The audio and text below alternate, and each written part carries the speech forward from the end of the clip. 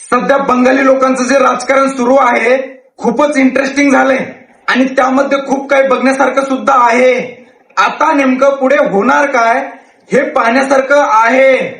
कारण काय आहे माहिती का, 15 वर्षाची सत्ता ममता बॅनर्जी यांची बंगालमध्ये होती, पण आता बंगाली लोकांनी ममता बॅनर्जी यांना चांगल्याच पद्धतीने धडा शिकवलेला आहे.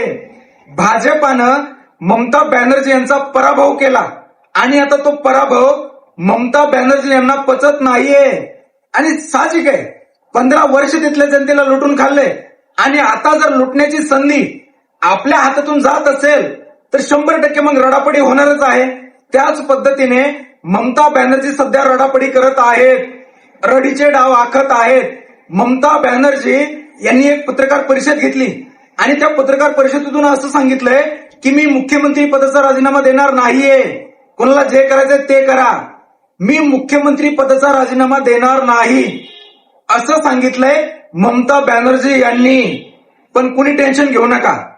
आता आहे ना, आता काय होणार माहिती का, यामध्ये राज्यपालाला काही अधिकार असतात आणि जर एखादा मंत्री जर आपल्या मुख्यमंत्री पदाचा राजीनामा देत नसेल ना, मग राज्यपालाला असे प्रमुख काय अधिकार दिलेले आहेत. मग आता जर ममता बॅनर्जी यांनी जर राजीनामा दिला नाही तर आता भाजपचा मंत्री तर होणारच आहे, कारण बहुमत आहे.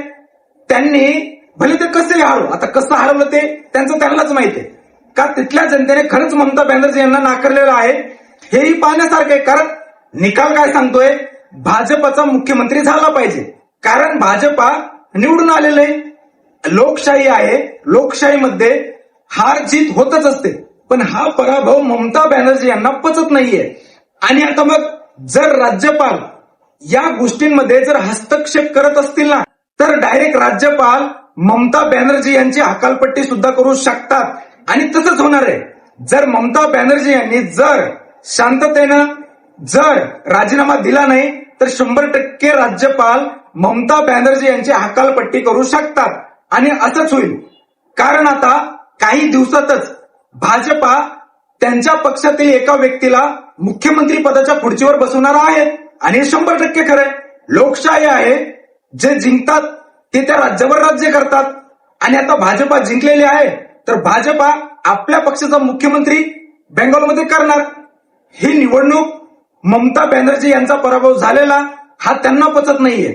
बस करा ना ममता बॅनर्जी, अजून किती दिवस तुम्हाला तिथल्या लोकांना लुटून खायचे, खाऊ दे जरा. आता भाजपाला बी काही दिवस खाऊ द्या ना, तुम्ही लय खाल्ला आता लुटून. तुम्ही थोडा आता शांत राहा, पराभव झालाय, आपली गोदडी घ्या, गप शांत झोपायला